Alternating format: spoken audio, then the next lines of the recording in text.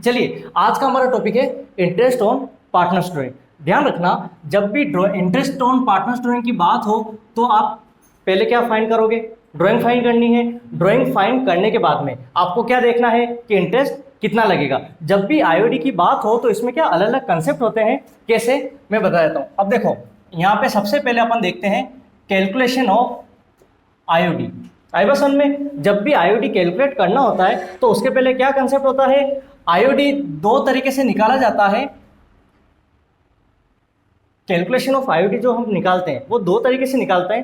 क्या होता है? एक तो होता है डिफरेंट डेट आईबीएसन में। अब इसमें क्या होता है, जैसे अगर ड्राइंग निकाल रहे हो आप, मतलब ड्राइंग कर रहे हो, तो उसमें क्या कंसेप्ट बनता है कि भाई ड्राइंग कब की है आपने, है ना। तो उसमें फर्स्ट कंसेप्ट बनता है डिफरेंट डेट, मतलब डेट क्या होनी चाहिए? अलग अलग होनी चाहिए। और एक और चीज होती है यहाँ पे डिफरेंट अमाउंट।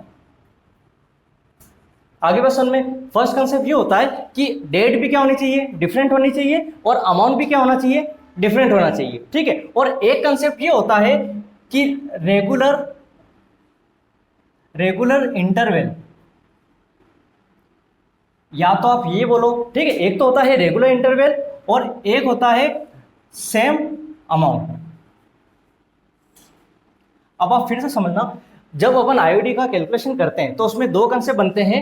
डेट अगर अलग अलग है, ठीक है, और उसी के साथ में अमाउंट भी क्या है? डिफरेंट है। और एक कंसेप्ट क्या बनता है? Regular interval. अब क्वेश्चन ये उठता है कि रेगुलर इंटरवल होता क्या है। अब देखो, रेगुलर बोलूं या फिर मैं बोल दूं सेम इंटरवल, मतलब फॉर एग्जांपल मैंने किया मंथ में 1 से लगाकर 10 तक, मतलब 1 to 10 जो होता है ना मंथ। जैसे यहाँ पे अपन लिख देते हैं 1 अप्रैल से लेके 10 अप्रैल तक हमने क्या की? ड्राइंग की। तो मतलब आगे 1 मई से 10 मई तक आपने क्या की? ड्राइंग की। तो मतलब इंटरवल क्या चल रहा है? सेम सेम चल रहा है। तो वो होता है सेम इंटरवल और सेम अमाउंट। अमाउंट भी क्या होना चाहिए? सेम होना चाहिए। आगे बात समझ में। अब यहाँ पे जब ये कंसेप्ट हो तो यहाँ पे होता है, एक तो मेथड बनता है सिंपल, ठीक है, एक मेथड बनेगा सिंपल मेथड और एक बनता है प्रोडक्ट मेथड। आगे बात समझ में, ठीक है। जब डेट डिफरेंट हो और अमाउंट भी क्या हो? डिफरेंट हो, तो दो होते हैं मेथड इसमें, एक तो सिंपल मेथड होता है और एक कौन सा होता है? Product method. और अगर रेगुलर इंटरवल हो और सेम अमाउंट, मतलब इंटरवल भी सेम सेम हो और अमाउंट भी क्या हो? सेम हो, तो इसमें लगता है एवरेज मेथड। आई बात समझ में? इसमें क्या लगेगा? एवरेज मेथड लगेगा। और एवरेज भी दो पे बेस होता है, एक तो होता है मंथली बेसिस, ठीक है, और एक होगा क्वार्टरली बेसिस। यहां तक क्लियर? ठीक है। एक क्या होता है मंथली बेसिस, मतलब मंथ के अकॉर्डिंग देखेंगे, और एक क्या होगा? क्वार्टर के अकॉर्डिंग देखा जाएगा। क्लियर है? ठीक है। अब इनके क्या होते हैं? अलग अलग फॉर्मूले होते हैं, जिसमें अपन यहां देख लेते हैं। देखो, अब इसमें फर्स्ट पॉइंट हमारा क्या है? फर्स्ट पॉइंट अपन ये देख रहे हैं, कौन सा? Different date and different amount. Different date and different amount. Date भी क्या हो? अलग अलग हो, और अमाउंट भी क्या हो? अलग अलग हो। अगर ऐसा केस हो जाए तो आईओडी का पहला रूल क्या है? पहला कंसेप्ट कौन सा है? Simple method. ठीक है। फर्स्ट मेथड कौन सा होता है? Simple method. अब सिंपल मेथड में क्या होता है फॉर्मूला? जब भी अपन आईओडी कैलकुलेट करते हैं, जब भी अपन क्या करते हैं? आईओडी कैलकुलेट करते हैं, तो सबसे पहले लिखा जाता है टोटल ड्राइंग। ठीक है, मैं शॉर्ट में लिख रहा हूं, टोटल ड्राइंग इनटू जो भी रेट बन रही है, तो rate of interest divided by 100। यहां तक क्लियर है आपके? टोटल ड्राइंग का जो भी परसेंट दे रखा है वो अपन ने यहां लिख दिया, और मल्टीप्लाई बाय, देखो या तो क्या ड्राइंग मंथ में हो सकती है या फिर क्या हो सकती है? डेज के अकॉर्डिंग कैलकुलेट करने को बोल सकता है। तो अगर मंथ के अकॉर्डिंग बोलता है तो आप यहां क्या लिखोगे? Month divided by 12। और अगर डेज के अकॉर्डिंग बोलता है तो यहां पे आप क्या लिखोगे? Days divided by 365। आई बात समझ में? जब भी आईओडी की बात करें और सिंपल मेथड हो, तो कंसेप्ट क्या होता है कि टोटल ड्राइंग का जो भी परसेंट है इनटू, अगर मंथली है तो मंथ डिवाइडेड बाय 12, और अगर मंथ नहीं दे रखा है तो डेज डिवाइडेड बाय 365। ध्यान रखना, ये तो क्या बहुत रेयर केस में दिया होगा, जनरली होगा क्या? मंथ के अकॉर्डिंग होगा। क्लियर है आपके? ठीक है। और सेकंड मेथड हमारा लगता है प्रोडक्ट मेथड। अब प्रोडक्ट मेथड का मतलब क्या होता है? प्रोडक्ट का मतलब ये होता है कि मल्टीप्लाई करना। क्या होता है? मल्टीप्लाई करना। अब प्रोडक्ट मेथड अगर बोला है उसने तो आईओडी आप कैसे कैलकुलेट करोगे? आईओडी होता है वही same process, total drawing into rate of interest divided by 100 multiply by, अब यहाँ पे सुनो, प्रोडक्ट मतलब क्या? मल्टीप्लाई कर कुरा के जो भी उसकी टोटल निकली है आप मल्टीप्लाई कर चुके हो, तो यहाँ पे मंथ अपॉन 12 नहीं लगेगा, यहाँ पे लगेगा 1/12। आई बात समझ में? क्योंकि मंथ का तो कैलकुलेशन पहले ही कर लिया आपने, तो 1 डिवाइडेड बाय 12, या फिर डेज होता है तो 1 डिवाइडेड बाय 365। आई बात समझ में? ये कब लगेगा? जब डेट भी डिफरेंट हो और अमाउंट भी क्या हो, डिफरेंट। जब दोनों अलग अलग चल रहे हैं, जैसे फॉर एग्जांपल एक ने की ड्राइंग 1 अप्रैल को, फिर एक ने 5 अप्रैल को, फिर एक ने 6 अप्रैल को, तो डेट अलग अलग हो गई और अमाउंट भी क्या, कभी उसने 5,000 निकाल लिए, कभी 10,000, कभी 7,000। आई बात समझ में? तो जब अमाउंट भी अलग हो, फिक्स नहीं है कि कितना अमाउंट वो निकाल रहा है और डेट क्या चल रही है ना, तब ये केस लगेगा। फर्स्ट तो क्या है, सिंपल मेथड, और एक होता है प्रोडक्ट मेथड। इसके भी यहाँ पे अपन सोल्व करते हैं। क्लियर है?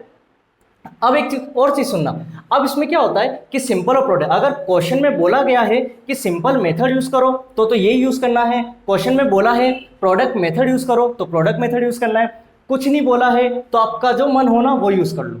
ठीक है, बस उसमें आपको ये देखना पड़ेगा कि डेट अलग है और अमाउंट भी अलग है। अगर आपने फाइंड आउट कर लिया तो आपका जो मन हो ना वो कर सकते हैं। क्लियर?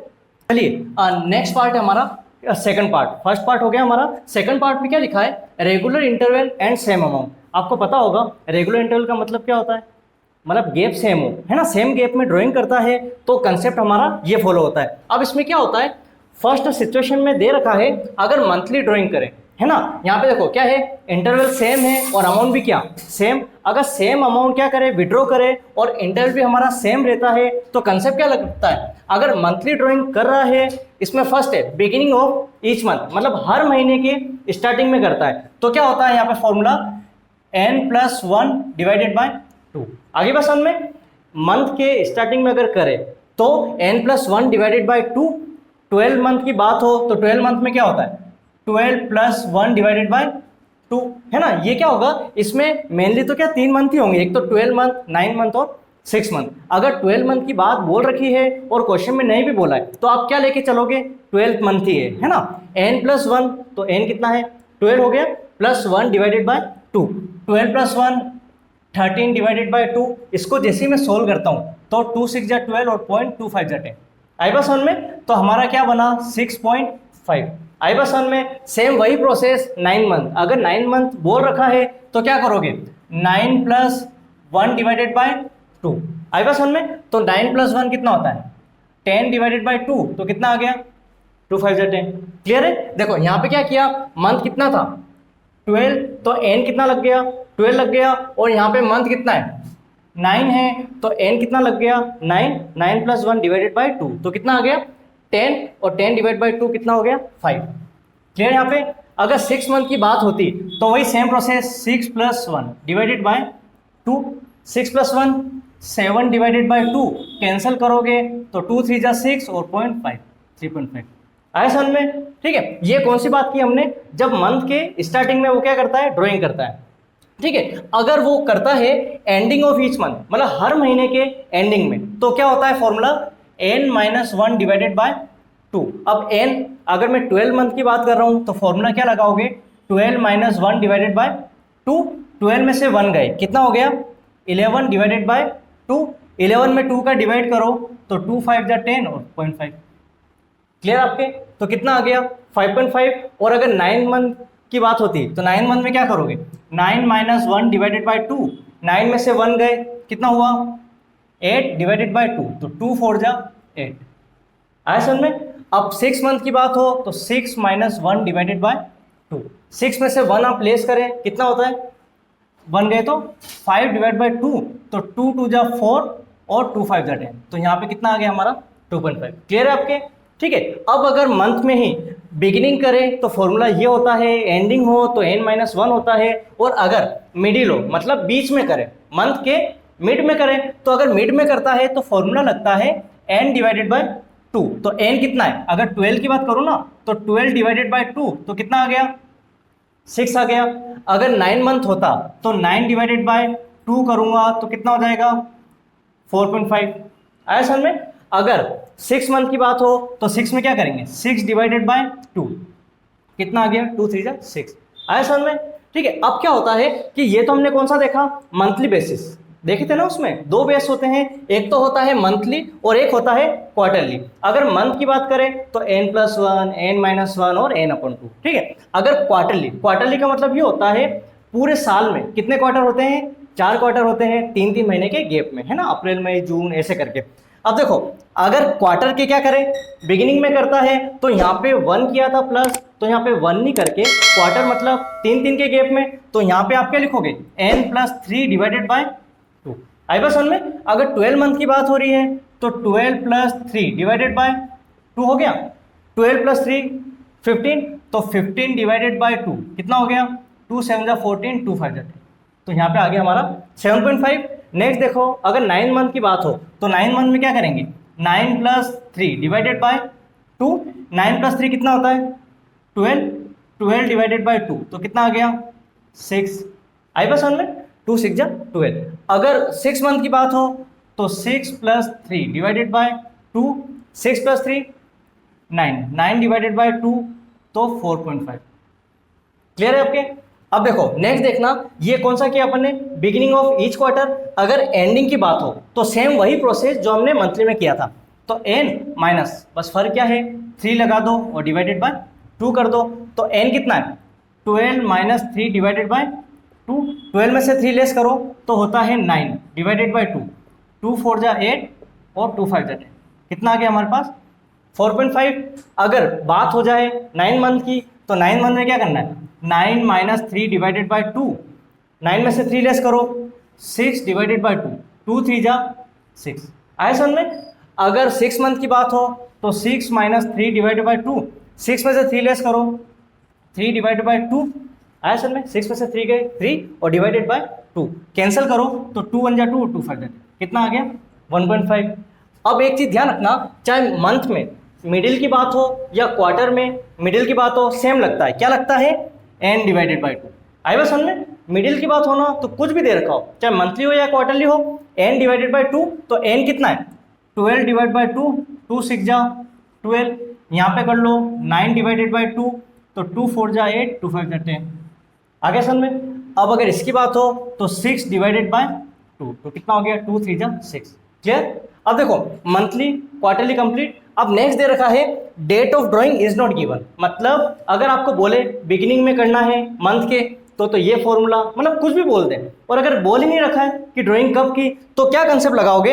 अगर ड्राइंग गिवन ही नहीं है उसकी डेट तो फॉर्मूला सिर्फ यही लगता है n डिवाइडेड बाय 2, है ना। ड्राइंग की डेट गिवन नहीं हो तो n डिवाइडेड बाय 2, यहाँ पे 12/2 कितना 6, वही सेम चीज 9 डिवाइडेड बाय 2 तो कितना आ जाएगा 4.5, और यहाँ पे 6 डिवाइडेड बाय 2 कितना आ जाएगा 3 आ जाएगा। आगे बस समझ में। तो बस अगर इसकी डेट जो है ना ड्राइंग की डेट गिवन नहीं हो तो अपने n/2 करना। क्लियर है।